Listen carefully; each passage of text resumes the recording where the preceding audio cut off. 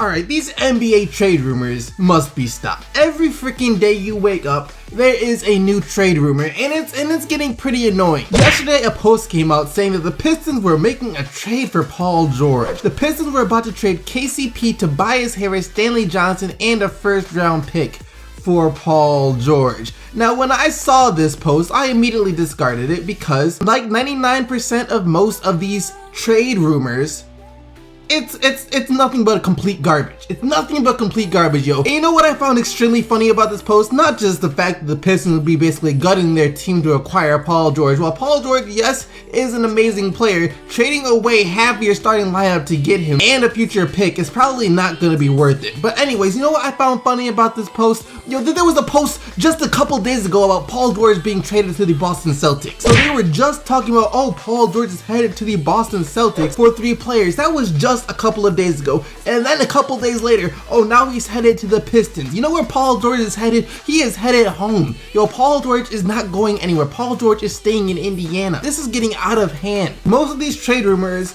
are just picked up as stories. Editors and writers need to find a story, something juicy to get the viewers to click, and what's juicier than a blockbuster trade in the NBA, yo? What is juicier in the NBA world than a blockbuster trade with a big name? When you see Paul George trade, you instantly have to click on it because that could be something huge. That could change the entire NBA. You see Paul George trade, you have to click on it. And they know, yo, they know that there is nothing to these rumors whatsoever. They know that they're pulling these rumors out of thin air. But as long as they can get that click, that's all that matters. It's clickbait 101. Clickbait 101, that's all it is. Just random people start these rumors, random people, and then some editor gets news of it, some editor sees it, and then they blow it out of proportion. For example, take this one. I saw this one a few weeks back on Twitter, and it almost made me vomit, yo. Listen to how it's worded. Sources: Bulls discussing trade centered around Mirotic and second-round pick for Pistons Caldwell Pope. Van Gundy, a big fan of Mirotic.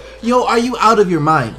No, actually, are you actually out of your mind? This is insane. First off, what in your right mind would make you think that the freaking Stan Van Gundy would agree to this trade? This is a trade that Stan Van Gundy would pull off on someone else if he was trying to get KCP for Mirotic, because Stan Van Gundy, when it comes to trade, yo, he swindles some people. We got Marcus Morris for a 2020 second round pick, and then we freaking stole Tobias Harris from the Orlando Magic. We gave them Brandon Jennings and Ersan Ilyasova. First off, Stan Van Gundy is not freaking stupid. Let's just get that clear. Second off, who are your sources? Tell me this. Tell me this. I hate when people say this. My sources tell me. Who are your sources? How do you have these connections? How do you have connections with owners and GMs of NBA teams? How do you have these connections? Who are your sources? Is your source the janitor? Was your source the janitor clean the hall and overhear the phone call between 2 GMs discussing a trade? Is that what happened? Was that your source? These trade rumors are getting out of hand. Yes, there are some that make sense. You hear about the Dallas Mavericks could possibly trade Andrew Bogut closer to the trade deadline. You hear stuff like that. Alright, that makes sense. That makes 100% sense. I can see that happening. It's not even a rumor, it's more of like a no duh type statement. And then you hear stuff like this, mainly the big name trades, yo. You hear stuff like this, and it's just like, from where? Where? How did you come to this conclusion? And what's even worse is, it's so easy to make a trade rumor. Just like this. Just like the Mirotic one, yo. Just like the Mirotic one. All you have to do, all this guy did was go on Twitter. All you had to do, go on Twitter, make a post, say sources. All you have to do is use the word sources, show a picture of the player, and it looks 100% legit. Some writer gets word of it, some writer gets wind of it, and then they blow that into a story. Then another writer blows that into a story because, hey, that guy can't get all the clicks for that story. We had to get some of those clicks too. So then that writer takes it, then the next writer, the next writer, the next writer, and bang.